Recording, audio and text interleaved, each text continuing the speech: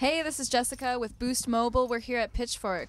This is King Kahn. Hi, Jessica. Hello, people from Boost. How's it going? It's going wonderfully. I've been having the greatest time in this festival. Who are your secret influences? My secret influences are Boost mobile phones. No, my secret influences are, well, I guess Sun Ra has been a very big influence. When I was 21, I moved to Germany, and I had my first child when I was 22.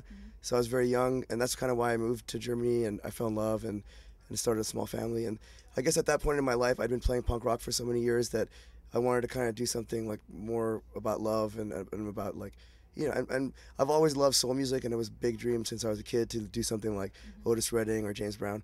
So when I was on tour in Europe, I found all these musicians all over the place who were like really into the idea, and I kind of, planted the seed, and and now the fruits are blooming, and it's really great to, I think especially now, rhythm and blues music, it's got to kind of recycle itself and go back to the old sound a little bit.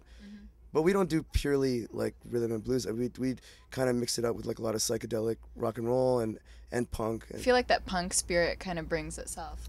Well, I mean, that punk spirit is the same spirit that was around when black people started playing rhythm and blues in bars and are having sex under tables. And so I think that whole speakeasy mentality is basically got to be reborn, and brought back from the dead.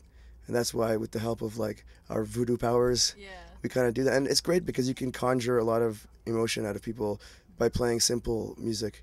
And that a lot of people, especially musicians, they get like all confused and they want to play, very complicated stuff. But I mean, the essence of rock and roll is basically, 3 or 4 chords, but it's the way you shake your thing or the way you, dance around and mess around. Definitely. Doing the mess around.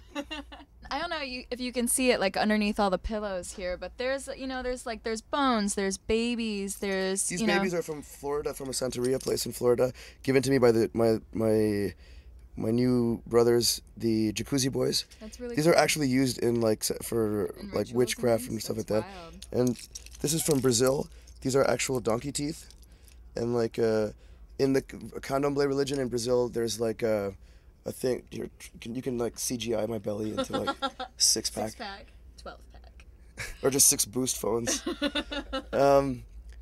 This is given to like, if you give this to someone, you're supposed to acquire the like special powers of that animal. That's cool. So if you gave tiger teeth, but I give everyone in the band donkey teeth, and I was given this by a church in Brazil. That's really cool. Because the donkey is really a superior animal if you think about it.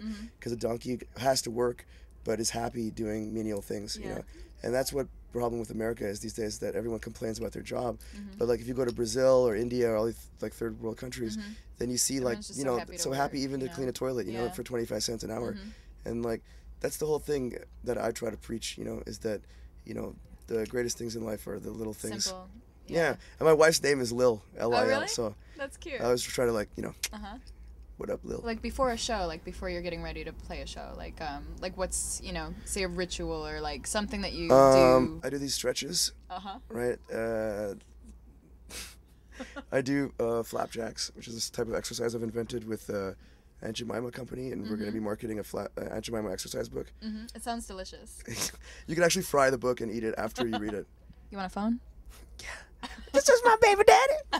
I needed a phone for this tour because for my wife to be able to reach me and my kids, and so I borrowed Jared. Jared is the godfather of my children, actually, and so I borrowed Jared's phone, and Cole had put this fart ringtone on it. Nice. And like, so whenever I was anywhere like in a restaurant, that restaurant was the best. I would be eating dim sum, and then just suddenly like in a full restaurant, and